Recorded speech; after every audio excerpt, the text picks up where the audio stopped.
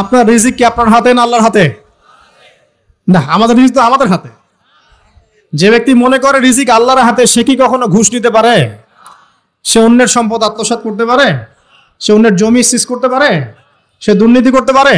সে সুদ খাইতে পারে? কেন খায়? কারণ সে মনে করে রিজিকের মালিক সে নিজেই। এগুলো করলে তার সম্পদ বাড়বে, না করলে সম্পদ বাড়বে না। এই কারণেই তো সে কাজগুলো করে। আর আমি খুব ভালোই বুঝি, অ্যাটলিস্ট আমি খুব ভালোই বুঝি যে এই কাজগুলো ব্যক্তিরা কেন করে। উত্তর শুনবেন? উত্তর হচ্ছে পরিবারের জন্য। কার জন্য? পরিবারের জন্য। মা, বৃদ্ধ মা আছে দেখতে হবে, 2 বাবা আছে দেখতে হবে, স্ত্রী আছে। আর স্ত্রী মাশাআল্লাহ একদম ফেমিনিস্ট, তার চাহিদা পূরণ করতে তার হিমশিম খেতে হয়। হ্যাঁ, একটা শাড়ি নেবে 20,000, ঠিক আছে? স্ত্রীর চাহিদা অনেক, গহনাগাটির অনেক চাহিদা।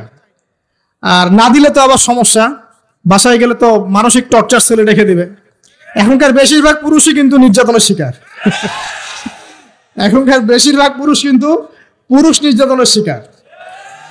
ম্যাক্সিমাম বাসায় গিয়ে দেখবেন টর্চার, এক একটা রিমান্ডের সেলের মতো, বুঝছেন?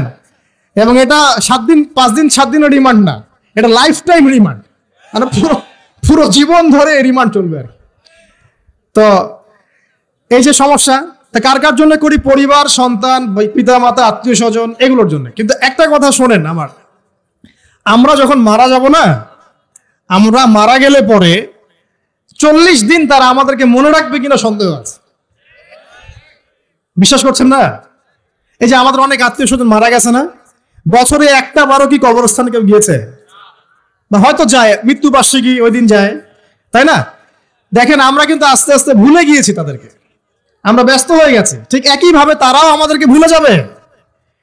এই জন্য আমি বারবার আপনাদেরকে মনে করে একটা কথা, আমার জীবন থেকে উপলব্ধি করি একটা কথা, যে একমাত্র আল্লাহ ছাড়া এই পৃথিবীতে এবং পরকালে আমাদের আপন বলে কেউ নাই।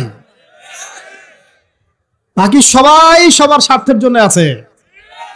মানুষ মানুষের অবস্থানকেই মূল্যায়ন করে, মানুষের অবস্থানকেই মূল্যায়ন করে।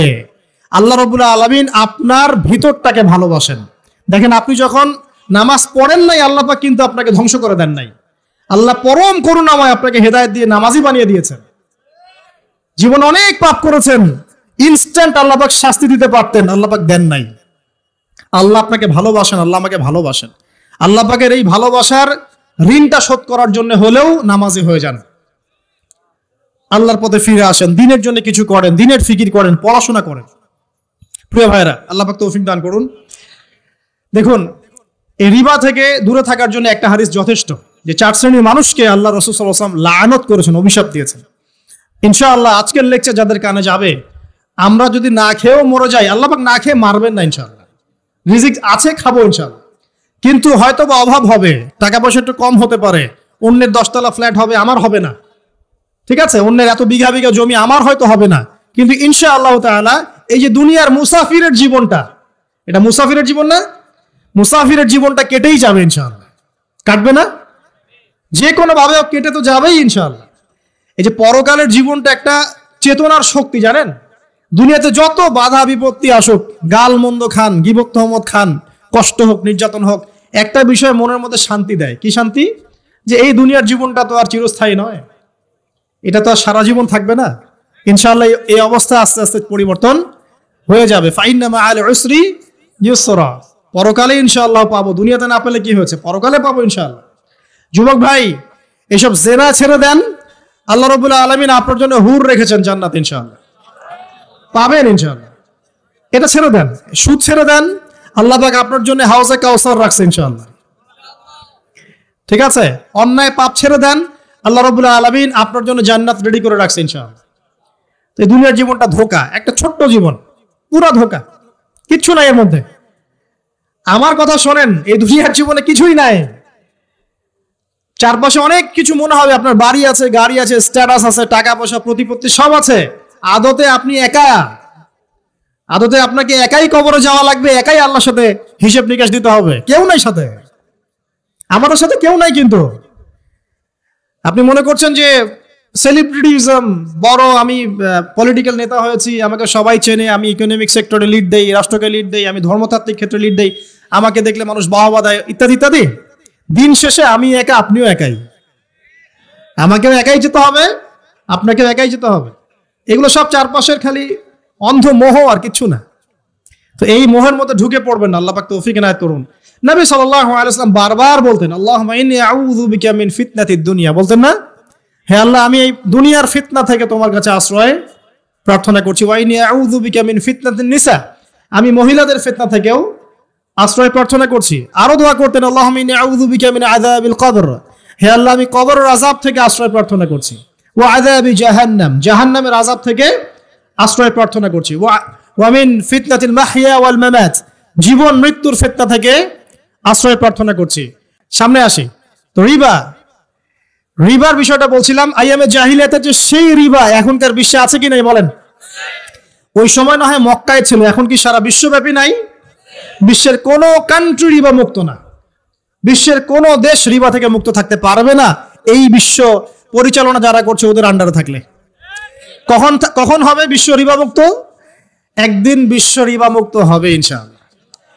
একদিন না একদিন এই বিশ্বটা সুদ মুক্ত হবে ইনশাআল্লাহ তাআলা। তখন জালেম পার পাবে না, মাজলুমের রক্ত শ্রম বৃথা যাবে না ইনশাআল্লাহ।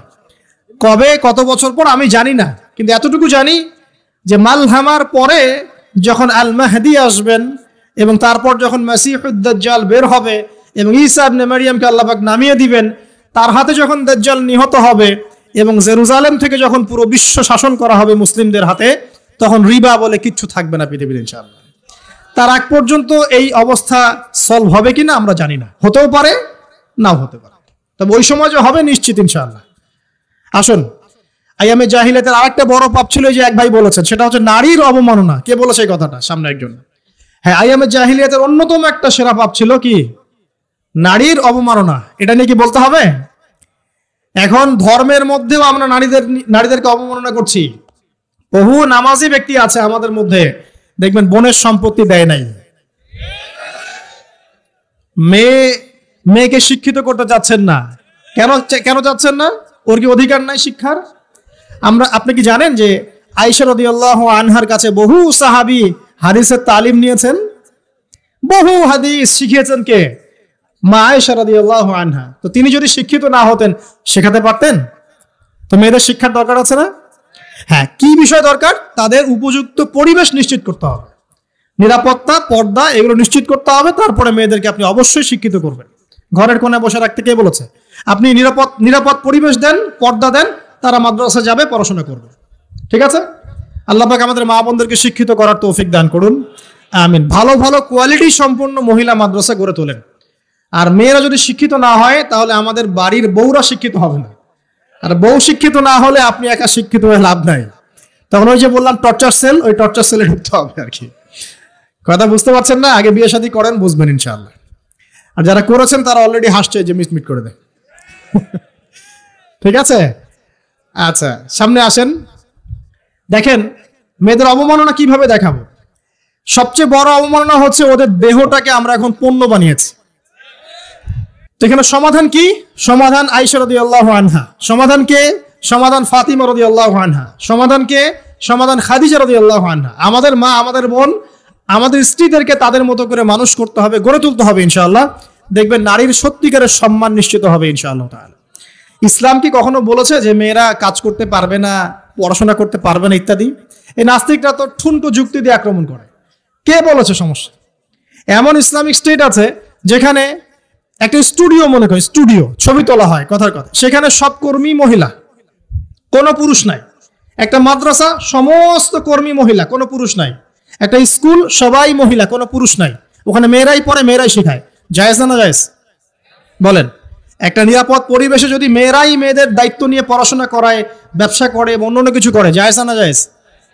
তাহলে পরিবেশ নিশ্চিত করাটা হচ্ছে চ্যালেঞ্জ। ইসলাম বলছে না যে আপনি তাকে একদম অজ্ঞ করে রেখে ঘরের কোণে ফেলায় রেখে দেন, তাকে আপনি পড়াশোনাও শিখাবেন না, সম্পত্তির অধিকারও দিবেন না, কিছুই না। এগুলো ইসলাম কখনো বলেনি। বলেছে? আরে বোকা মানুষ, রাসূলুল্লাহ সাল্লাল্লাহু আলাইহি ওয়াসাল্লামের সময় তো মহিলা সাহাবীরা উহুদের যুদ্ধ করেছে। কি শুনলেন? রাসূল সাল্লাল্লাহু আলাইহি ওয়াসাল্লামের সময় মহিলা সাহাবী উহুদের যুদ্ধও করেছে। উহুদের যুদ্ধের নাম শুনেছেন? ওখানে মহিলা সাহাবীও ছিল তীরন্দাজ। তাহলে মহিলাটা কি করে নাই নবীর যুগে?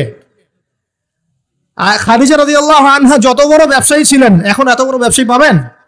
কোন মেয়ে আছে এত বড় ব্যবসায়ী? উসমান রাদিয়াল্লাহু আনহু যত বড় বিজনেসম্যান ছিলেন, এখন এত বড় বিজনেসম্যান আছে? তো কি ছিল না সেই স্বর্ণ যুগে? ওই স্বর্ণ যুগের সুন্নতি আমাদেরকে আমল করতে হবে। আল্লাহ পাক তৌফিক ইনায়াত করুন, আমিন। প্রিয় মা ও বোনেরা, পর্দা ছাড়বেন না। আপনাদের জন্য 4টা কাজ: স্বামীর আনুগত্য করা, লজ্জাস্থানের হেফাজত করা, আপনার 5 ওয়াক্ত সালাত ঠিকঠাক মতো আদায় করা এবং রমজান মাসে সাওম রাখা। নবীজি বলেছেন সাল্লাল্লাহু আলাইহি ওয়াসাল্লাম, জান্নাতের যে কোনো দরজা দিয়ে ইচ্ছা আপনি প্রবেশ করতে পারবেন। আপনার জন্য সহজ। আর স্বামীর আনুগত্য বলতে আমি বুঝাইনি স্বামীর দাসত্ব করতে হবে, এটা বলিনি। এখনকার কিছু ফ্যামিলিস্ট মেয়ে আছে, ওরা আনুগত্য শব্দ মনে হয় যে দাসত্ব মনে হয়। আনুগত্য দাসত্ব এক জিনিস না। আনুগত্য কি? স্বামী কোরআন সুন্নাহর অনুকূলে কোনো কথা বলেছে, আপনি মানবেন। স্বামী বলছে পর্দা করো, তোমাকে ভালোবেসে বলছি তুমি পর্দা করো, তুমি আমার অনেক প্রিয় একজন মানুষ, তুমি বেপর্দায় বাইরে যাবা, লোকজন দেখবে, কেমন হয়? ঠিক আছে, তোমাকে তো আমি বিয়ে করেছি, তুমি আমার মানুষ, তোমাকে দেখবে কেন? ঠিক আছে, তো এখন স্বামী ভালো কথা বলেছে, আপনি শুনলেন, এটা আনুগত্য। আর ওই স্বামী যদি বলে আসো তো আমার কলিগরা এসেছে, ওকে খাবার সার্ভ করতে হবে, আসো খাবারটা পরিবেশন করো, এখন আপনি বেপর্দা হয়ে আপনার স্বামীর কলিগের সামনে খাবার পরিবেশন করতে শুরু করলেন, এটা কি আনুগত্য করতে হবে? এটা তখন আপনি আনুগত্য করবেন না। সিম্পল, কোরআন সুন্নাহর অনুগত কাজে আপনি স্বামীর আনুগত্য করবেন, বিপরীতে গেলে আপনি করবেন না। স্বামীর আনুগত্য মানে স্বামীর দাসত্ব নয়। আর এই হাদিসটা আপনি কেন ভুলে যান যে আল্লাহ রাসূল সাল্লাল্লাহু আলাইহি ওয়াসাল্লাম বলেছেন, আল্লাহ ছাড়া যদি কাউকে সেজদা করা যেত, সম্মান বুঝাচ্ছেন, আল্লাহ ছাড়া যদি কাউকে সেজদা করা জায়েজ হতো, আমি মেয়েদেরকে বলতাম যেন স্বামীকে সেজদা করে। কেন? কারণ আপনাকে রেসপন্সিবিলিটি, আপনার খাবার, আপনার ফুড, আপনার শেল্টার, আপনার মানে পুরো দায় দায়িত্ব নিজের হাড় ভাঙা পরিশ্রম দিয়ে, জীবনের ঝুঁকি নিয়ে স্বামী আপনার জন্য করে। সে আপনার সম্মান পাওয়ার যোগ্য। তো সে কি আপনার সম্মান পাওয়ার যোগ্য নয়? আপনি যদি সম্মানের হক আদায় না করতে পারেন তাহলে আপনি অকৃতজ্ঞ। আর অকৃতজ্ঞ মেয়ে কখনো জান্নাতে যাবে? একটা হাদিসে আছে, বেশিরভাগ মেয়ে জাহান্নামে যাওয়ার অন্যতম কারণ হচ্ছে তারা স্বামীর সাথে কুফুরি করে। কি করে? মানে সারা জীবন স্বামী ভালোবেসে যায়, ভরণ পোষণ দিয়ে যায়, সব চাহিদা পূরণ করে যায়, একদিন দেখবেন কথা কাটাকাটি হয়েছে, ওই দিন বলে বসবে যে তোমার কাছে আমি কিচ্ছু পাই নাই সারা জীবন। এই যে কুফুরি, এই কারণে তারা জাহান্নামে যেতে পারে বেশি। আল্লাহ হেফাজত করুন, আমিন। আরেকটা কারণ হচ্ছে যে বেপর্দা। আপনাকে 4টা মূলনীতি ফলো করতে হবে। 1, এমন কোনো পোশাক পরবেন না যে পোশাকটা আটো সাটো, যেটা পরলে আপনার গায়ের কাঠামো বোঝা যায়। এটা বোরখা হলেও পরা যাবে না। আমি কি বুঝাতে পারছি? ডিজিটাল বোরখা দেখেন নাই? দেখছেন? মাশাআল্লাহ। আর কারা কারা দেখছেন? এদিকে চোখ বেশি যায় না? আচ্ছা, এমনি দেখা যায়, চোখ দিতে হয় না, এমনি দেখা যায়। ডিজিটাল বোরখা চলবে না, ডিজিটাল বোরখা চলবে না। আমার মত, এটা আমি মত দিচ্ছি, আমি আল্লাহর রাস্তায় সময় দিয়েছি অনেকদিন, এবং এখানে যে পর্দাটা শেখানো হয় এরকম পর্দা আমি অন্য কোথাও দেখিনি। এত চমৎকার পর্দা শেখানো হয়। কারা কারা সময় লাগিয়েছেন? 3 দিন 7 দিন সময় দিয়েছেন কারা কারা? বেশিরভাগই দেন নাই। সমস্যা নাই, দিতে হবে, আমি বাধ্যতামূলক বলিনি আপনাকে। বলেছে এখানে পর্দা শেখানো হয়, চমৎকার পর্দা শেখানো হয়, যে এখানে চোখটা পর্যন্ত তাদের ঢেকে রাখার তালিম দেওয়া হয়। যাই হোক, যেখানেই শেখেন অ্যাটলিস্ট পর্দাটা শিখলেই হলো। এমন পোশাক হবে না যেই পোশাকটা আটো সাটো, যেটা পরে আপনার গায়ের কাঠামো বোঝা যায়। 2 নম্বরে এমন পোশাক পরা যাবে না যেই পোশাকটা পরলে বাহির থেকে ভিতরের অঙ্গ দেখা যায়। দেখেছেন? দেখেন নাই? দেখছেন হুজুর? আচ্ছা, আপনারা তো সব দেখেন দেখি। তারপরে 3 নাম্বার, এমন পোশাক পরা যাবে না যেটা অমুসলিমদের সাথে সাদৃশ্য আছে। কথা বুঝতে পারছেন? অমুসলিমদের ধর্মীয় বিষয়ের সাথে সাদৃশ্য আছে এমন পোশাক মুসলিম মেয়েদের পরা যাবে না। এর মানে এই নয় যে অন্য ধর্মকে আপনি আক্রমণ করবেন, এটাও নয়। যে যার ধর্ম তাদের স্বাধীনতা মতো পালন করবে। মুসলিমরা বাধা দিবে? দিবে না। মুসলিমরা দাওয়াত দিতে পারে। কি করতে পারে? দাওয়াত দিতে পারে যে ভাই, এই যে লা ইলাহা ইল্লাল্লাহর কনসেপ্ট আপনাকে বুঝাচ্ছি, আল্লাহ ছাড়া কোনো মাবুদ নাই, মুহাম্মদ সাল্লাল্লাহু আলাইহি ওয়াসাল্লাম সর্বশেষ রাসূল, এই কোরআন পড়ুন, হাদিস পড়ুন, দেখুন এটাই হচ্ছে মানবতার মুক্তির সনদ। এরপর যদি সে ইসলাম কবুল করে আলহামদুলিল্লাহ, যদি না করে এর হিসাব কে দিবে? সে নিজে দিবে। এর হিসাব কি আমাকে দেওয়া লাগবে? দেওয়া লাগবে না। তো অমুসলিমদের সাথে সাদৃশ্য আছে এমন পোশাক চলবে না। আর 4 হচ্ছে পুরুষরা মেয়েদের পোশাক পরতে পারবে না, মেয়েরা পুরুষদের পোশাক পরতে পারবে না। জি, আপনাদের কি বলছি, আপনারা জিন্স পরতে পারবেন না, মেয়েদেরকে বলছি, এবং টি শার্ট পরতে পারবেন না। আপনারা ওই যে যা ইচ্ছা তাই ড্রেস পরে বলবেন যে 1000 বছরের সভ্যতা সংস্কৃতি, এসব বাজে কথা চলবে না এখানে। এটা 1000 বছরে কোনোদিনও আমাদের দাদা নানিরা এগুলা কখনো পরে নাই। পড়ছে? আপনার দাদি কখনো এরকম পরছিল শাড়ি? তো এই যে বললো 1000 বছর থেকে পরে আসতেছে নাকি। সুবহানাল্লাহ। তো এখানে বিষয়টা হচ্ছে পুরুষ মেয়ের পোশাক পরতে পারবে না, মেয়ে পুরুষের পোশাক পড়তে পারবে না। আমি খুব সংক্ষিপ্ত করে আপনাকে কোরআন সুন্নাহ থেকে 4টা মূলনীতি বলে দিলাম। এই 4টা মূলনীতি কোরআনেও আছে, হাদিসেও আছে। আসেন, এই যে নারীর অবমাননা, এই বিষয়টা আইয়ামে জাহিলিয়াতে যেমন ছিল, এখন দেখবেন আরো বড় পরিসরে এসেছে। আসে নাই? এই যে ফ্যাশন শো, দেহের প্রদর্শনী, বিভিন্ন ফিল্মস দেখবেন, ফিল্ম ইন্ডাস্ট্রিজে দেখবেন, মিউজিকে দেখবেন, পর্নে দেখবেন, মেয়েদের দেহটাকে নিয়ে ব্যবসা করা হচ্ছে। আগে তো না হয় কন্যা সন্তান হলে জীবন্ত পুঁতে ফেলতো নাকি, এখন যদি গর্ভের বাচ্চা মেয়ে জানে, অনেকে আগেই মেরে ফেলায়। বোঝেন নাই মনে হয়? অনেকে যদি জানে যে গর্ভে মেয়ে সন্তান আছে, আগেই মেরে ফেলায়। এমন অনেক দেশ আছে, আমি নাম বলছি না দেশের সঙ্গত কারণে, যে সে দেশে এরকম মেয়ে সন্তানকে এই যে খালাস করে ফেলার, নষ্ট করে ফেলার, ভ্রূণ নষ্ট করার আলাদা ক্লিনিক আছে, আলাদা হসপিটাল আছে। বলে নাউজুবিল্লাহ। তো আসলে ওই 1450 বছর আগের মানুষটা বেশি বর্বর ছিল না, আমরা বেশি বর্বর? এই যে অধিকারের কথা বলে বলে আমরা মেয়েদের দেহটাকে নিয়ে এখন মস্করা করছি, তামাশা করছি। সবচেয়ে সেরা অধিকার কোথায় পাবে? কোরআনে পাবে, হাদিসে পাবে, ইসলামে পাবে। তার পর্দা নিশ্চিত হবে, দেহ সেফ থাকবে, তার ইজ্জত নিশ্চিত হবে, ইজ্জত সেফ থাকবে, তার সম্মান সেফ থাকবে, তাকে রাজরানীর মতো স্বামী বাসায় রাখবে, কারণ সে হচ্ছে তার কাছে সবচেয়ে মূল্যবান প্রিয় বস্তু। শুধু তাই নয়, সম্পত্তির অধিকার তাকে দিতে হবে। একজন মেয়ে তার ভাইয়ের সম্পত্তি পাবে, তার বাবার সম্পত্তি পাবে, তার স্বামীর সম্পত্তি পাবে, সব দিক থেকে সে সম্পত্তি পাবে। আর একজন ছেলে কিন্তু সব দিক থেকে সম্পত্তি পাবে না। তো এই বিষয়গুলো যখন এক শ্রেণীর মানুষ বোঝে না, তখন ইসলামের বিরুদ্ধে অহেতুক প্রোপাগান্ডা চালানো শুরু করে। সবচেয়ে সেরা সম্মান রক্ষার উদাহরণ দেয়া হয়েছে ইসলামে, কোরআনে এবং হাদিসে। এই কথাটা আপনাদের মা বোনদেরকে বোঝাবেন, তবে নম্রতার সাথে বোঝাবেন, কারণ উচ্চবাচ্য করলে তারা কথা শুনবে না। আর আল্লাহ রাসূল সাল্লাল্লাহু আলাইহি ওয়াসাল্লাম বলেছেন, কিছুটা বাঁকা হাত দিয়ে তাদেরকে তৈরি করা হয়েছে। যদি আপনি শক্ত করে চাপ দিতে যান তাহলে ভেঙে যাবে, আর যদি আপনি ওই অবস্থায় ছেড়ে দেন তাহলে বাঁকাই থেকে যাবে। এখানে আপনাকে হিকমা অবলম্বন করতে হবে। আল্লাহ পাক তৌফিক দান করুন। একটা বিষয় বলছিলাম, ওই যে শিরকের পাপ এখন গ্লোবালাইজেশন হয়েছে না, ওই সুদের পাপ এখন গ্লোবালাইজেশন হয়েছে না। গ্লোবালাইজেশন বোঝেন? মানে বিশ্বায়ন, পুরো বিশ্বে ছড়িয়ে পড়েছে না। আর একটা হচ্ছে এই যে মেয়েদের অবমাননা, এটা সারা বিশ্বে ছড়িয়ে পড়ে নাই। আচ্ছা, আর দুটো বলবো, এরপর বলে আমি শেষের দিকে যাচ্ছি। আসেন, একটা হচ্ছে মাদক। আইয়ামে জাহেলিয়াতের অন্যতম সেরা পাপ ছিল কি? মাদক। ওই যে বলছেন জাহেলি যুগ, কেন বলছেন জাহেলি যুগ? বিকজ ওইখানে মাদক খেত মানুষ বেশি। এখন বলেন, ওখানে না হয় মক্কায় মাদক খেত মানুষ, এখন সারা বিশ্বে মাদক ছড়িয়ে পড়ে নাই? বেশি না কম? এখন এই যে নতুন নতুন মাদক আসছে, ইয়াবা, আরো নাকি কি কি আসছে নতুন নতুন, আমরা নামও জানি না। এই যে গাঁজার নাম জানি, ফেন্সিডিলের নাম জানি, আর কি কি আছে, হিরোইন বলেন, আর দু একটা, আফিম, আর কি আছে? হ্যাঁ, রেন্ডি। সুবহানাল্লাহ, এই নামও কখনো শুনি নাই আমি। আচ্ছা শোনেন, বিষয়টা হচ্ছে, দেখুন, এই বিষয়টা কি হালাল না হারাম? আচ্ছা, এটাকে যদি আমরা হালাল করে নেই তাহলে কি হবে? কুফরি হবে না শিরক হবে? শিরক কুফর দুটোই হচ্ছে। কিন্তু এখন মক্কার কিছু মানুষ মাদক খেয়েছে, বুঝলাম। আল্লাহ রাব্বুল আলামিন ধাপে ধাপে এখান থেকে বের করেছেন। প্রথমে বলেছেন মদ খেয়ে নামাজের ধার কাছে যেও না। হ্যাঁ, তারপরে বলেছেন এই যে মাদকে কিছুটা উপকার আছে কিন্তু বেশি ক্ষতি। তারপর বলেছেন খেয়ে নামাজের কাছে যেও না। তারপর ধাপে ধাপে শেষের দিকে এসে আল্লাহ পাক বলেছেন যে এটাকে ছেড়ে দাও। সূরা মাইদায় পড়ে দেখেন, এটা শয়তানের কাজ।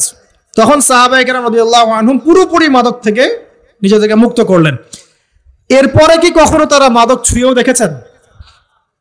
বরং মাদক দ্রব্য সেবন করলে 40টা লাঠি বেত্রাঘাত করতে হয় ইসলামিক শাস্তি। কয়টা লাঠি? আর উমর রাদিয়াল্লাহু আনহুর সময়ে 40 লাঠিকে বাড়িয়ে 80 লাঠি করা হয়েছিল। কত লাঠি? 80 লাঠি। কিন্তু আরো একটা পাপের শাস্তি আছে, বলবো? অপবাদ। এখন যেটা বেশি দেয়া হয়, অপবাদ, মিথ্যা অপবাদ, সতী সাদী নারীর উপরে মিথ্যা অপবাদ, এর শাস্তি হচ্ছে 80 লাঠি। আবার 100 লাঠির শাস্তি আছে। 100 লাঠি। এটা কিসের জানেন? জিনা। জিনা এই যে যারা করছেন, এর শাস্তি হচ্ছে 100 লাঠি। তাও জনসমক্ষে দিতে হবে, গোপনে না। আর 1 বছরের জন্য এলাকা ছাড়া করতে হবে। রজম একটা শাস্তি আছে, রজম। এটা কি? রজম মানে পাথর নিক্ষেপ করে হত্যা। এটা তো বর্বর, তাই না? অমানবিক, মধ্যযুগীয়। এসব কথা শুনছেন না? শোনেন, কিছু কিছু বিষয় আছে যে বিষয়গুলো করার পরে এই পৃথিবীতে মানুষ বেঁচে থাকার অধিকারটা হারিয়ে ফেলে। কথা বুঝতে পারছেন না মনে হয়? কিছু কিছু পাপ আছে, এগুলো করলে পরে মানুষ এই পৃথিবীতে বেঁচে থাকার অধিকারটা হারায় ফেলে। যেমন কোন বিবাহিত ব্যক্তি যদি জেনা করে, নাউজুবিল্লাহ, এইসব পাপ করলে পরে এই পৃথিবীতে বেঁচে থাকার অধিকারটা সে হারিয়ে ফেলে। কথা কি বুঝতে পারছেন? আচ্ছা, তখন শাস্তি হচ্ছে আল্লাহ রাব্বুল আলামিন পাথর নিক্ষেপ করে হত্যা করতে বলেছেন। কারণ হচ্ছে সে এত গর্হিত একটা কাজ করেছে যেটা এই শাস্তি পাওয়ার সম্পূর্ণ যোগ্য। তো এই যে ব্যভিচার, পরকীয়া, এগুলোর মধ্য দিয়ে আমরা নারীর অবমাননা করছি না? এবং ধর্মের মাধ্যমে মাঝে মাঝে করছি, যখন আমরা ধর্মের নামে মেয়েদের অধিকার দিচ্ছি না। অনেকেই সম্পত্তির অধিকার দিচ্ছেন না, অনেকেই শিক্ষিত করছেন না, অনেকেই আরো যৌতুক নিচ্ছেন না।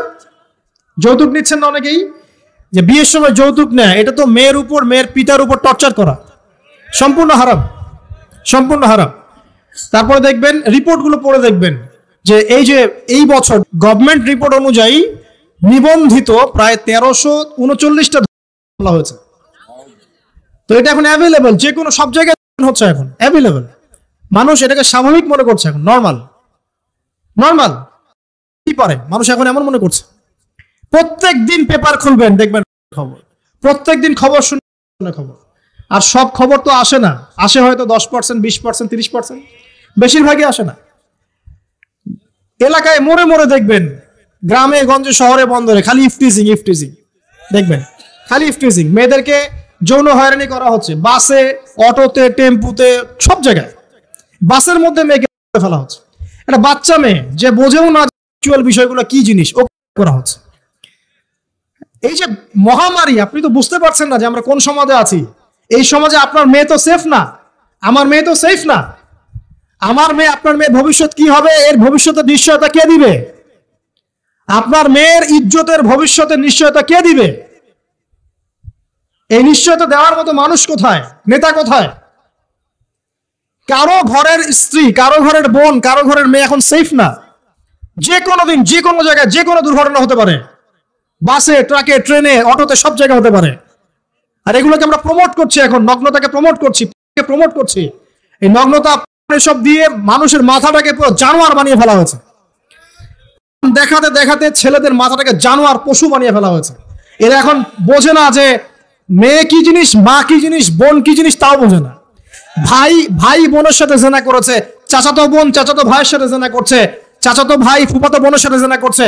রংপুরের খবর শুনলাম যে মায়ের সাথে ছেলেও জেনা করেছে, নাউজুবিল্লাহ। এগুলো কেন হচ্ছে? এই মহামারী কেন হচ্ছে? কি সমাধান দিবে? সমাধান ইসলামে ছিল, আমরা নাই। সমাধান হচ্ছে, প্রথম সমাধান অশ্লীলতার মহামারী বন্ধ করতে হবে, পর্দা নিশ্চিত করতে হবে, সমস্ত সাইটগুলো বন্ধ করে ফেলতে হবে। আজকের নিউজ দেখেছি আমি, এটা আমি ধন্যবাদ জানাই বাংলাদেশ গভর্নমেন্টের যে তথ্য প্রযুক্তির যে সেন্টার আছে, প্রায় 26,000 সাইট তারা বন্ধ করে দিয়েছে, আলহামদুলিল্লাহ। তো কথা বললে তো কাজ হবে, কথা না বললে কাজ হবে কিভাবে? যখন সমাজের মানুষ দেখতে দেখতে পশু হয়ে গেছে, আপনি বাইরে এই যে আলখাল্লা টুপি দাড়ি পরে ঘুরলে লাভ আছে? ভিতর থেকে তো আপনি পশু। দেখবেন মসজিদে ইমাম সাহেব নামাজ পড়তে এসেছে, বাসা থেকে আসছে, নামাজে কোনো মনোযোগ নাই, পড়ছে কোনো মনোযোগই নাই, পণ দেখে। ইমানের আলোচনা করবেন, খুব লাফালাফি করলো, 2 দিন পর দেখবেন কোনো খবর নাই, দেখতে দেখতে ভিতরটা শেষ, ড্যামেজ। যে একবার আসক্ত হয়েছে, তার মধ্যে ইমানের কোনো তেজই থাকবে না, কোনো তেজ থাকবে না। এখন আলেম জালেম সবার ফোনে ফোনে দেখবেন আসতেছে, কেউ দেখতে না চাইলেও তাকে দেখতে বাধ্য করা হচ্ছে। ফেসবুকে ঢুকবেন, নগ্ন দৃশ্য। এই নগ্নতা দিয়ে এই যে মিডিয়ার মধ্য দিয়ে প্রমোটিংটা দিয়ে ব্যভিচার ছড়িয়ে দেয়া, জেনা ছড়িয়ে দেয়া, অশ্লীলতা ছড়িয়ে দেয়া, পরকীয়া ছড়িয়ে দেয়া, এর মধ্য দিয়ে নারীর সম্মান, দেহ, ইজ্জতকে আমরা এখন রাস্তার সাথে মিশে দিয়েছি। কিসের অধিকারের কথা বলছে? কিসের নারী অধিকারের কথা বলছে? খালি ডিগ্রি সার্টিফিকেট অর্জন করতে পারলেই অধিকার হয়? আমার তো ইজ্জতই ঠিক থাকলো না, আমার অধিকার কোথায় থাকলো? একটা সার্টিফিকেট অর্জন করার জন্য কলেজের মেয়েদেরকে বড় বড় নেতার বেডরুমে ঢুকানো হচ্ছে, দেখেন নাই? তো একটা সার্টিফিকেট অর্জন করতেই হবে আমাকে, নিজের ইজ্জত বিক্রি করে দিয়ে হলেও আমার সার্টিফিকেট অর্জন করতেই হবে। লাথি মারি এসব পড়াশোনার পিছনে, দরকার নেই আমার পড়াশোনা। হচ্ছে বাসায় এলাকায় এলাকায় মহিলা মাদ্রাসা করেন, মাদ্রাসায় মেয়েদেরকে পড়ান। আমি খুব দুঃখের সাথে বলছি, অনেক মাদ্রাসাতেও এরকম ঘটনা কিন্তু ঘটেছে না? এখানে একটা কথা আমরা পরিষ্কার করতে চাই, সেটা হলো যে পাপী সে আলেম করুক আর জালেম করুক, ইমাম করুক আর জালেম করুক, ফাসেক করুক, সবাইকে সমান শাস্তি নিশ্চিত করতে হবে। আর শাস্তি হবে দৃষ্টান্তমূলক, যেন আরো 10 জন দেখে শিক্ষা নেয়। ওই যে ইসলামে আছে না হাত কেটে ফেলা, কি কারণে বলেন তো? কারণ সবাই যখন দেখবে এই যে খুঁটির সাথে বেঁধে একটা চোরের হাত কেটে ফেলা হয়েছে, এলাকার সব মানুষ দেখেছে, চুরি বাড়বে না কমবে? নিশ্চিত চুরি কমে যাবে ইনশাআল্লাহ। তো এই যে নারীর অবমাননার ওই যুগের চেয়ে এই যুগে বেশি না কম? আপনি ভালো করে আল্লাহর নূর দিয়ে দেখেন। আমি প্রথমে বলেছি, শুধু বাইরের চোখ দিয়ে দেখলে সব বুঝতে পারবেন না আপনি। আল্লাহ পাকে নূর দিয়ে দেখেন, কোরআন সুন্নাহর গভীর জ্ঞান দিয়ে দেখেন, দেখবেন ওই জাহিলিয়াতের চেয়ে 1000 গুণ বেশি জাহিলিয়াত এখনকার বিশ্বে চলছে। আল্লাহ পাক আমাদের মা বোনদের ইজ্জত হেফাজত করুন, তাদের সম্মান হেফাজত করুন। আমরা দোয়া করি আল্লাহ পাক তাদেরকে উচ্চশিক্ষায় শিক্ষিত করুন, নিরাপত্তা নিশ্চিত করুন। কেউ যদি ওদের দিকে খারাপ চোখ তুলে তাকায়, আল্লাহ পাক সেই চোখকে যেন ধ্বংস করে দেন। আল্লাহ পাক তাদের ইজ্জতের প্রতি যদি কেউ খারাপভাবে হাত বাড়ায়, তাদের শাস্তি যেন নিশ্চিত করার তৌফিক আল্লাহ পাক আমাদেরকে দান করে। আল্লাহ পাক আমাদের মা বোনদেরকে মহামূল্যবান মনে করে আমাদেরকে হেফাজত করার তৌফিক দান করুন, আমিন। আর তাদেরকে যারা নগ্ন করতে চায়, আল্লাহ পাক এদেরকে ধ্বংস করে ছেড়ে দিন, আমিন। আল্লাহ পাক বলেছেন, যারা চায় মুমিন মুসলিমদের সমাজে অশ্লীলতা ছড়িয়ে পড়ুক, দুনিয়া এবং আখিরাত উভয় জাহানে আল্লাহ পাক এদেরকে ধ্বংস করবে ইনশাআল্লাহ। আরেকটা বলে শেষ করি, সেটা হলো, কয়টা বলেছি ভাই? জাহিলিয়াত। ইমাম মুহাম্মদ বিন আব্দুল ওয়াহাব রাহিমাহুল্লাহ, তার একটা বইয়ের মধ্যে 1000টা জাহিলিয়াত আছে। আমি 5টা বাছাই করেছি। কয়টা? 5টা। কয়টা বলেছি? 4টা। এক হচ্ছে কি বলেছিলাম? শিরক। আছে না নাই? রিবা এখন আছে না নাই? 3 নাম্বার কি ছিল? মাদক। আর 4 নাম্বার নারীর অবমাননা। মাদক তো বুঝলেন, এটা তো আমার চেয়ে আপনারা ভালো বুঝেন, মাদক সব জায়গায় আছে। আরেকটা কথা বলি, দেখুন মাদক নিয়ে একটা কথা বলি, শুনুন। আপনাদের কি কখনো গায়ে কখনো ফোড়া হয়েছে? কার কার গায়ে ফোড়া হয়েছে বলি, হাত তুলেন। কেমন ব্যথা? ফোড়া ফেটে গেলে কি বের হয়? রক্ত আর পুঁজ বের হয়, তাই তো? একটা হাদিস পড়েছি, রাসূলুল্লাহ সাল্লাল্লাহু আলাইহি ওয়াসাল্লাম বলেন সাল্লাল্লাহু আলাইহি ওয়াসাল্লাম, যে জাহান্নামে আমাকে মেরাজের রাতে জাহান্নাম দেখানো হয়েছে। মেরাজের রাতে আমাকে জাহান্নাম দেখানো হয়েছে। তো সেখানে আমি দেখলাম যে কিছু মানুষকে এই জাহান্নামীদের রক্ত আর পুঁজ খেতে দেয়া হচ্ছে। মানে আল্লাহ জানেন কেমন করে রক্ত আর পুঁজ পান করতে দেয়া হচ্ছে। কারণ জাহান্নামে পিপাসা লাগবে না, ক্ষুধা লাগবে না? ক্ষুধা লাগবে। খাবার খেতে চাইলে জাক্কুম, আর পানি খেতে চাইলে হামিম, গরম উত্তপ্ত পানি। আর যে রক্ত আর পুঁজের একটা মিশ্রণ খেতে দেয়া হচ্ছে। তো নবী সাল্লাল্লাহু আলাইহি ওয়াসাল্লামকে সাহাবীরা পরে জিজ্ঞাসা করলেন, ইয়া রাসূলুল্লাহ, কোন পাপের কারণে তাদেরকে এই শাস্তি দেয়া হচ্ছে? নবী করিম সাল্লাল্লাহু আলাইহি ওয়াসাল্লাম বললেন, তাদেরকে এই শাস্তি দেয়া হচ্ছে একটা পাপের কারণে, সেটা হলো মাদক দ্রব্য সেবন করা।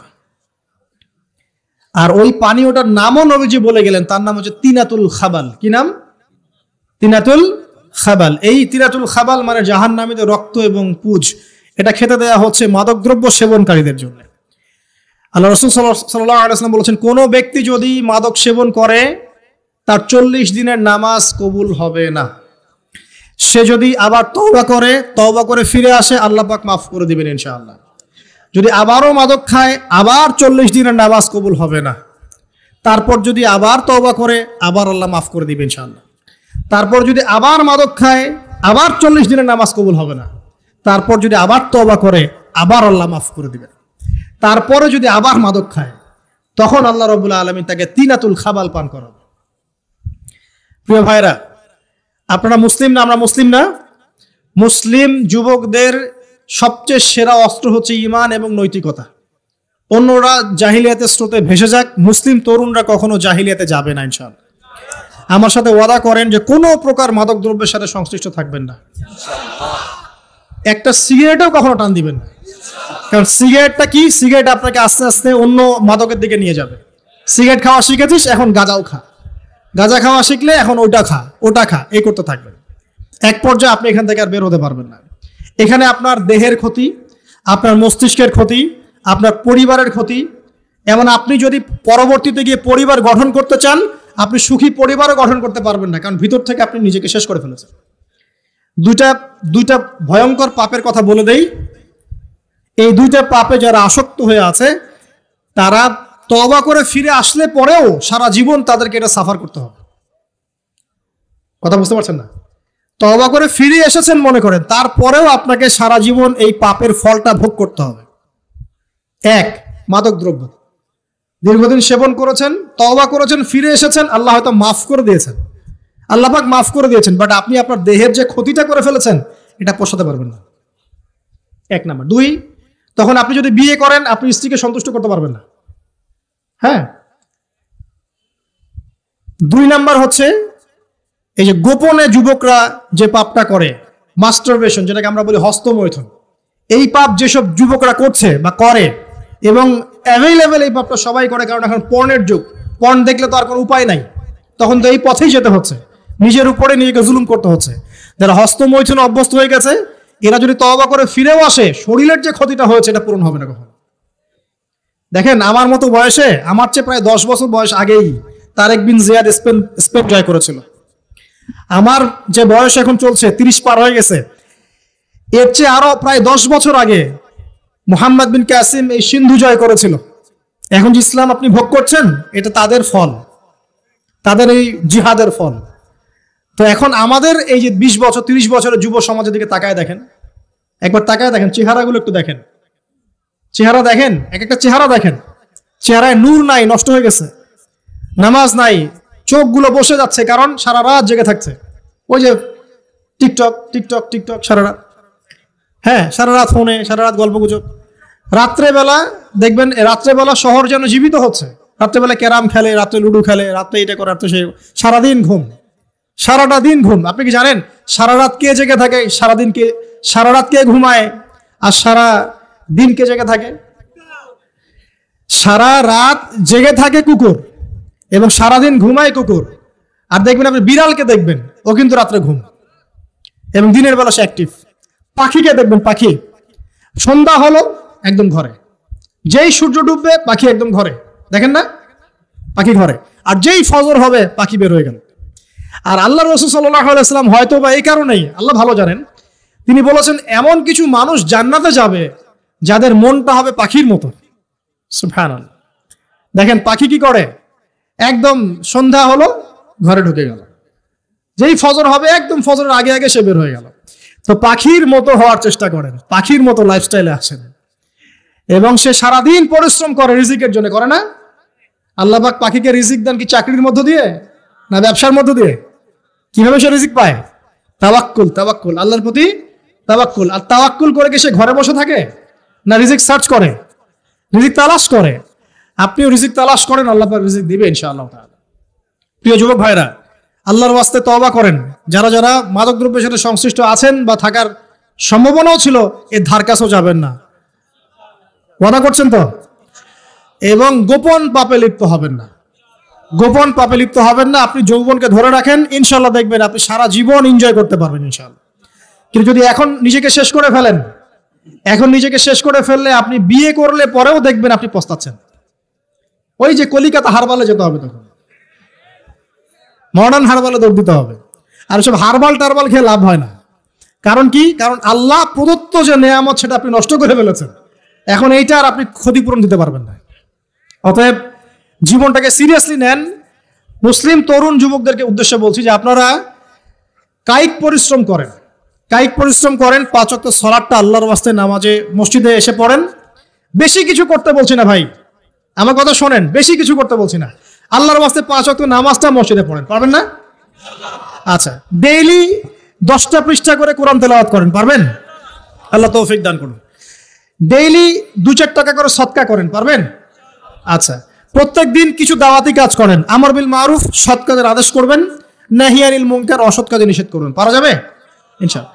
আপনি হালাল রিজিকের একটা সন্ধান খোঁজার চেষ্টা করেন, পারবেন ইনশাআল্লাহ। পড়াশোনায় নিজেকে ব্যস্ত রাখেন, লেখাপড়ায় নিজেকে ব্যস্ত রাখেন। যদি এর পাশে আপনি সময় পান, আমি বলবো আপনি খেলাধুলা করেন। যদি সময় কিছু বের করতে পারেন, কায়িক কিছু পরিশ্রম করেন, প্রয়োজনে কিছু কসরত করেন, জিম করেন, খেলাধুলা করেন। তারপরেও পড়নে যায় না, তারপরেও গার্লফ্রেন্ডের পিছনে সময় নষ্ট করেন না, তারপরেও যে টিকটক, ফেসবুক, ইউটিউব নিয়ে পড়ে থাকেন না। ওগুলোর চেয়ে খেলাধুলা করা অনেক ভালো আছে। অ্যাটলিস্ট আপনি ফিজিক্যালি ফিট থাকবেন। অনেকে বলতে পারে যে এটা না করলে হয়, এটা বাজে কাজ, সময় নষ্ট। আমি মনে করি এখনকার যুবকরা যেসব পথে সময় নষ্ট করছে, এর চাইতে অ্যাটলিস্ট খেলাধুলা করলে ভালো ছিল। একটা সময় ছিল না, আজকে থেকে 10 বছর আগে প্রচুর খেলা হতো না? ক্রিকেট হতো, ফুটবল হতো, এই ব্যাডমিন্টন হতো শীতকালে, তাই না? খেলার লিপ্ত থাকলে কিন্তু আমাদের মধ্যে একটা হৃদ্যতা, একটা বন্ড তৈরি হতো, একটা বন্ড। আমরা অনেক টুর্নামেন্ট খেলতাম না? এখন দেখবেন কিচ্ছু নাই, সব বন্ধ, খালি ফোন, সারাদিন কি ফোন। এটা আরো কি ডেঞ্জারাস না? এভাবে তাদের ফিজিক্যাল বডিটা নষ্ট হচ্ছে, মেন্টাল স্ট্রেংথটাও নষ্ট হচ্ছে। এর চেয়ে বরং তারা যদি কোনো কসরত করে, এটা অনেক ভালো হবে। এটা আমার মত, এটা আমি কোরআন সুন্নাহ থেকে কোনো কথা বলছি না। আল্লাহ পাক বোঝার তৌফিক দেখ। শেষ কথা হলো যে আইয়ামে জাহিলিয়াতের আরেকটা নির্মম বর্বরতা ছিল হচ্ছে গোত্রীয় দ্বন্দ্ব। কি ছিল? গোত্রীয় দ্বন্দ্ব। এটাই দিয়ে আমি শেষ করছি। সেটা হলো কেমন গোত্রীয় দ্বন্দ্ব? মনে করেন একটা গোত্রের নাম বনু তামিম, একটার নাম বনু হানিফা, একটার নাম হচ্ছে বনু কোরাইজা, একটার নাম হচ্ছে মনে করেন বনু মাখজুম, আরেকটা হচ্ছে বনু আদি। এরকম অনেক গোত্র ছিল আর কি। তো এই গোত্রগুলোর মধ্যে আপোষে দ্বন্দ্ব চলতো, খুব সামান্য কারণে তারা দীর্ঘস্থায়ী যুদ্ধ করত। একটু বোঝার চেষ্টা করেন, খুব সামান্য কারণে তারা লম্বা লম্বা যুদ্ধ করত। একটা উটকে কেন্দ্র করে প্রায় 80 বছর যুদ্ধ হচ্ছে। কত বছর? 80 বছর। এখন আপনাকে বলি, এই যে জাহেলিয়াতের এই যে গোত্রীয় হানাহানি, মারামারি, কাটাকাটি, এটা কি এখন সারা বিশ্বে ছড়িয়ে পড়েছে কি পড়ে নাই? আল্লাহ নূর দিয়ে দেখেন, পড়েছে কি পড়ে নাই? দেশে দেশে হানাহানি বেড়েছে না কমেছে? রাসূলুল্লাহ সাল্লাল্লাহু আলাইহি ওয়াসাল্লাম 23 বছর নবুয়তের জীবনে যতগুলো জিহাদ করেছেন এবং সারিয়া করেছেন, এতে সব মিলে হয়তো 2 থেকে 3 হাজার মানুষও মারা যায় নাই। ঠিক আছে? কিন্তু এখনকার দেখবেন প্রথম বিশ্বযুদ্ধেই কয়েক কোটি মানুষ শেষ, দ্বিতীয় বিশ্বযুদ্ধেই আরো কয়েক কোটি মানুষ শেষ, আর সামনে যে নিউক্লিয়ার যুদ্ধ হতে যাচ্ছে আল্লাহু আলাম কবে হবে, এবং এটা হইলে যে কি হবে পৃথিবীর অবস্থা আল্লাহই ভালো জানে। এমন নিউক্লিয়ার ওয়েপন্স আছে যেটা আসমানে যদি বিস্ফোরণ ঘটানো হয় তাহলে ওই দেশের সমস্ত ইলেকট্রনিক জিনিসগুলো নষ্ট হয়ে যাবে। বুঝতে পারেন না এই কথা? বোম মারতে হবে না পৃথিবীতে, মাটিতে বোমটা মারতে হবে না, আসমানে বিস্ফোরণ করে দিবে, তাতে আপনার পুরো দেশের যত ইলেকট্রনিক ডিভাইস আছে সব ড্যামেজ। এটা এই যুগ। ওই হিরোশিমা নাগাসাকির কথা মনে আছে? কি হয়েছিল ওখানে বলেন? 2টা বোম ফেলা হয়েছিল, পারমাণবিক বোমা। কে ফেলেছিল? কে ফেলেছিল? আমেরিকা। আচ্ছা, ওই বোম দুটার নাম কি? হ্যাঁ, এই তো জানেন, লিটল বয় আর ফ্যাটম্যান। ওই 2টা বোম পড়ে যে কোটি কোটি মানুষ মারা গেল, এখন পর্যন্ত জাপানের মানুষ তার তেজস্ক্রিয়তায় ভোগে। এখনকার পারমাণবিক ওয়েপন্সগুলো তার চেয়ে অনেক অনেক অনেক বেশি শক্তিশালী, হাজার লক্ষ গুণ বেশি শক্তিশালী হতে পারে। রাশিয়ার কাছে এমন সুপারসনিক মিসাইলস আছে, নিউক্লিয়ার মিসাইলস, যেগুলো শব্দের গতিবেগের চাইতেও 10 গুণ বেশি যেতে পারে। শব্দের গতিবেগ কত হার্টজ বলো? তোমরা সায়েন্সে পড়ো নাই? তো এই শব্দের গতিবেগের চাইতেও 10 গুণ 20 গুণ বেশি যেতে পারবে কি একটা মিসাইল। মানে মিসাইল আবার আকাশ প্রতিরক্ষা ব্যবস্থা বলে একটা কথা আছে। আকাশ প্রতিরক্ষা ব্যবস্থায় ওই মিসাইলগুলোকে ডিফেন্ড করে দেওয়া যায়, ধ্বংস করে দেওয়া যায় আকাশেই। ওই প্রতিরক্ষা ব্যবস্থাও ধরতে পারবে না কত জোরে মিসাইল যাচ্ছে। এবং সেই রাশিয়াকে উস্কে দিচ্ছে এখন পশ্চিমারা, ফেলো একটা বোম, ইউক্রেনে একটা বোম ফেলো খালি। ও যদি একটা ফেলেই দেয় তখন দেখবেন পশ্চিমারা সবাই মিলে আবার যুদ্ধে নেমে যাবে, পুরো বেসাকার হয়ে যেতে পারে। আল্লাহু আলাম, আল্লাহ ভালো জানেন। তবে এটা সময়ের ব্যাপার মাত্র যে বিশ্বে একটা ভয়ঙ্কর প্রলয়কারী কিছু একটা হতে যাচ্ছে। বলবো যে ভবিষ্যৎবাণী করে বেড়াচ্ছে, ভবিষ্যৎবাণী করি নাই। আপনার বর্তমান সম্পর্কে জ্ঞান নাই বলেই বর্তমানকে আপনার ভবিষ্যৎ মনে হয়। বর্তমান সম্পর্কে আপনি অজ্ঞ বলেই বর্তমানের জ্ঞানটাকে আপনার কাছে ভবিষ্যৎ মনে হচ্ছে। বর্তমান সম্পর্কে জ্ঞান অর্জন করেন, দেখবেন সঠিক বুঝতে পারবেন। নিউক্লিয়ার যুদ্ধের দ্বার প্রান্তে, তো যেটা বলছিলাম যে এই যে গোত্রীয় হানাহানি দেখেন ছড়িয়ে পড়েছে, আর এই হানাহানিকে উস্কে দিচ্ছে কারা? এই হানাহানিকে উস্কে দিচ্ছে একটা শ্রেণী, তার নাম জায়নিস্ট মুভমেন্ট। তারা কি চায়? তারা চায় চীনকে তাইওয়ানের সাথে বিরোধ বাঁধিয়ে দিতে, তারা চায় বাংলাদেশের অভ্যন্তরে একটা ফাসাদ লাগিয়ে রাখতে, তারা চায় মিয়ানমারকে দিয়ে বাংলাদেশকে বিজি রাখতে, তারা চায় ইউক্রেনকে দিয়ে রাশিয়াকে বিজি রাখতে। বিভিন্ন জায়গায় সব সেট করে রাখা হয়েছে আর কি। এবং তার উদ্দেশ্য হচ্ছে পৃথিবী থেকে মানব জাতি কমিয়ে ফেলা, এবং আস্তে আস্তে যেন ওদের যে agenda, they want to rule the world, তারা সারা ওয়ার্ল্ডটাকে রুল করতে চায় এবং ইসলামকে পুরো মুছে ফেলতে চায়। এবং ইসলাম শুধু না, ধর্মতাত্ত্বিক যে কোনো কনসেপ্ট আসলেই ওটাকে মুছে ফেলতে চায়। যে কোনো ধর্মকেই তারা সহ্য করতে পারছে না। তো এই উদ্দেশ্য বাস্তবায়নের জন্য তারা এই কাজগুলো করে বেড়াচ্ছে। আইয়ামে জাহিলিয়াতের সেই যে সুন্নত, ওই যে জাহিলিয়াত এখন সারা বিশ্বে এভাবে ছড়িয়ে পড়েছে। অতএব আপনার চোখ কান খোলা রাখতে হবে। ভয়ঙ্কর অবস্থা সামনে। দেখেন না, গভর্নমেন্ট বলছে এখন সামনে ভয়ঙ্কর খাদ্য সংকট দেখা দিবে, কৃষিজ দিকে ফোকাস করতে বলছে এবং নিজেদের খাদ্য উৎপন্ন করার দিকে মনোযোগী হতে বলছে। এই কথাগুলো 5 বছর থেকে বলি নাই, তখন তো খারেজি হয়ে গেছিলাম। এখন এই কথাগুলো খোদ আমাদের দেশের প্রাইম মিনিস্টারও বলছেন, আলহামদুলিল্লাহ, তাকেও সেই বুঝ আল্লাহ পাক দান করেছেন। তো এই যে কথাগুলো, এগুলো কোনো অনেক গল্প কাহিনী নয়। যারা ওয়ার্ল্ড অ্যাফেয়ার্স বোঝেন তারা জানেন যে বিশ্ব এখন একটা ভয়ঙ্কর একটা অবস্থার সম্মুখীন হয়েছে। এটা আপনারা বুঝতে হয়তো দেরি করে ফেলছেন। আল্লাহ পাক আপনাদেরকে বোঝার তৌফিক দান করুন, আমিন। শেষ কথা বলি, ওই দ্বন্দ্বটা কিন্তু দেশ থেকে দেশ ছড়িয়েছে, যেমন ঠিক একইভাবে ধর্মের মধ্যেও ছড়িয়েছে। ধর্মের মধ্যেও আমরা কিন্তু বহু দলে ভাগ হয়ে গেছি। এমনকি মুসলিমদের মধ্যেও আমরা শততা বিভক্ত বিভিন্ন দলে, আছে না? এক দল আরেক দলের লোকদেরকে সহ্য করতে পারে না, আরেক দল আরেক দলের ইমামকে সহ্য করতে পারে না, হ্যাঁ, এক সংগঠন আরেক সংগঠনকে সহ্য করতে পারে না। এই যে গোত্রীয় হানাহানির সুন্নত, ওই আইয়ামে জাহিলিয়াতের সুন্নত, এটা এখন মুসলিমদের মধ্যেও ঢুকে পড়েছে।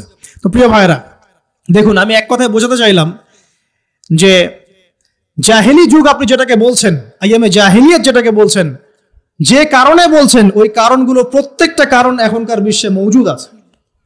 শুধুমাত্র স্বল্প পরিসরে না, এখন বড় পরিসরে মজুদ আছে। অতএব আপনাকে যদি আইয়ামে জাহিলিয়াতুল আকবার বলে কোনো বিশ্বকে রিকগনাইজ করতে হয়, তাহলে এখনকার বিশ্বকে করতে হবে।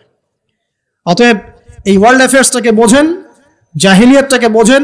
এই জাহিলিয়াত থেকে উত্তরণের জন্য সমাধান কে দিয়েছিল বলেন? ইসলাম কি সমাধান দেয়নি? ইসলাম সমাধান দিয়েছে, কোরআন সমাধান দিয়েছে। রাসূলুল্লাহ সাল্লাল্লাহু আলাইহি ওয়াসাল্লাম 23 বছরের মধ্যেই সমস্ত জাহিলিয়াতকে দূর করে দিয়েছেন, দেন নাই? বলেন, 23 বছর পর কি মক্কায় শিরক ছিল? বলেন, 23 বছর পর কি মক্কায় সুদ ছিল? 23 বছর পর কি মক্কায় জেনা, এই যে আপনার ব্যভিচার, এই যে আপনার মাদক, এই যে গোত্রীয় হানাহানি, নারীর অবমাননা, এগুলো ছিল? তাহলে একজন মহামানব তিনি 23 বছরের মধ্যেই পুরো সমাজটাকে সংস্কার করে ফেললেন না? সেই রাসূল সাল্লাল্লাহু আলাইহি ওয়াসাল্লামের সুন্নত কি মরে গেছে? সেই আল্লাহ কি মরে গেছেন? নাউজুবিল্লাহ। সেই আল্লাহ পাকের নাজিলকৃত কোরআন এবং হাদিস কি মরে গেছে? তাহলে সেই আল্লাহ যদি জীবিত থাকেন, সেই রাসূলের আদর্শ যদি জীবিত থাকে এবং সেই কোরআন যদি এখনো মুসলিমদের হাতে থাকে, তাহলে এখনকার বিশ্বের জাহিলিয়াত আমরা ফেস করতে পারবো না? পারবো না ইনশাআল্লাহ? পারবেন ইনশাআল্লাহ? কি করবেন তাহলে? মোটা দাগে কয়েকটা কথা বলে শেষ করে দিই। 1 নাম্বার, প্রিয় ভাই, জ্ঞান অর্জন করেন, প্রচুর পড়াশোনা করেন। জ্ঞান অর্জনের ক্ষেত্রে সাম্প্রদায়িক হবেন না, এতটুকু নিব এতটুকু নিব না, এর থেকে নিব ওর থেকে নিব না, এমন হবেন না। জ্ঞান যেখানে পাচ্ছেন নিতে থাকেন, আল্লাহ পাক আপনাকে নূর দিবে ইনশাআল্লাহ। আল্লাহ যখন আপনাকে নূর বা আলো দিবে তার পক্ষ থেকে, আপনি এমন কিছু দেখবেন যা অন্যরা দেখতে পাচ্ছে না। আপনি খিজির হয়ে যাবেন ইনশাআল্লাহ আলাইহিস সালাম। যে মুসা আলাইহিস সালাম বুঝতে পারছেন না কেন নৌকা ফুটা করছে, কেন বাচ্চাকে হত্যা করছে, আর কেন দেয়াল নির্মাণ করছে। কিন্তু খিজির আলাইহিস সালাম বুঝতে পারছেন কেন এগুলো করতে হচ্ছে। 2 নাম্বার, প্রিয় ভাই, আপনার হায়াতটাকে মূল্যায়ন করেন। আজকে তওবা করে ফিরে আসেন, 5 ওয়াক্ত নামাজি হয়ে যান, সময় অপচয় বন্ধ করেন, যৌবনকালটাকে কাজে লাগান, সিরিয়াস হন, জীবনটার ব্যাপারে সিরিয়াস হন। জীবনটা কিন্তু হেলায় খেলার বিষয় না। একবার চলে গেলে, একবার মউত হয়ে গেলে কান্নাকাটি কোটি কোটি বছর করলে আল্লাহ পাক আর দ্বিতীয়বার পৃথিবীতে ফিরাই দিবে না, দিবে? তো কি কারণে আমরা আমাদের সময়টাকে হেলায় নষ্ট করছি? সুযোগ আছে কোনো সুযোগ নেই। যেই কাজের পরকালীন কোনো ফায়দা নাই সেই কাজে আমি নাই। সোজা কথা বোঝেন? যেই কাজে পরকালের কোনো ফায়দা নাই সেখানে আমি নাই, এরকম আকীদা লাগবে। ইলম অর্জন করবেন কেন? পরকালের ফায়দা আছে তাই। নামাজ কেন পড়বেন? পরকালে ফায়দা আছে তাই। প্রেমের সম্পর্ক করবো না কেন? পরকালে ফায়দা নাই তাই। এই মিউজিক শুনবো না কেন? আমি পরকালে কোনো ফায়দা নাই তাই। আমি অহেতুক এসব টিকটকের পিছনে ঘুরবো না কেন? পরকালে কোনো ফায়দা নাই তাই। যে কাজ পরকালে ফায়দা দিবে আমি সেই কাজে আছি। পারা যাবে ইনশাআল্লাহ। আল্লাহ তৌফিক দান করুন। যুবক ভাইদেরকে আমি অনুরোধ করবো যে আপনাদের যৌবনটা আগামী মুসলিম উম্মার ভবিষ্যৎ। এই যে বলে না যে জাতির কাণ্ডারি হবে অমুক তমুক, কেউ জাতির কাণ্ডারি হতে পারবে না। জাতির কাণ্ডারি যদি হতে চায় তাহলে মুসলিম যুবকরাই হতে পারবে ইনশাআল্লাহ। যারা সারাদিন মাদকদ্রব্য সেবন করে এরা জাতিকে কিচ্ছু দিতে পারবে না। যারা সারাদিন হকি স্টিক নিয়ে ঘুরছে আর নির্মমভাবে মানুষকে মারছে এরা জীবনেও জাতিকে কিচ্ছু দিতে পারবে না। ফাসাদ সৃষ্টি করা ছাড়া কিচ্ছু করতে পারবে না এরা। দেশকে, জাতিকে এবং উম্মাকে যদি এগিয়ে নিতে হয় শুধু মুসলিম যুবকরাই পারবে ইনশাআল্লাহ। এবং কারা পারবে? যারা অন্য ধর্মের মানুষ কিন্তু মনটা স্বচ্ছ সৎ, তারাও পারবে। যাদের মনে সততা আছে অন্য ধর্মের হলেও তারা পারবে ইনশাআল্লাহ। যার মনে সততা নাই সে পারবে না কখনো। করাপ্টেড, দুর্নীতিপূর্ণ মন নিয়ে কখনো দেশের খেদমত, জাতির খেদমত করা যায় না। বাংলাদেশের সবচেয়ে বড় সমস্যা দুর্নীতি। বাংলাদেশের 1 নাম্বার সমস্যা দুর্নীতি। দুর্নীতি যদি না থাকতো আর সমস্ত কালো টাকা যদি সাদা করা যেত, বাংলাদেশের মানুষকে আজকে না খেয়ে মরতে হতো না। 65% মানুষকে আজকে এই খাবারের সংকটে ভুগতে হতো না। সামনের দিনগুলো কঠিন হবে, ভয়াবহ হবে, এটা সবাই বুঝতে পারছে, হয়তো শুধু আপনারা পারছেন না। আল্লাহ পাক আপনাদেরকে বোঝার তৌফিক দান করুন, আমিন।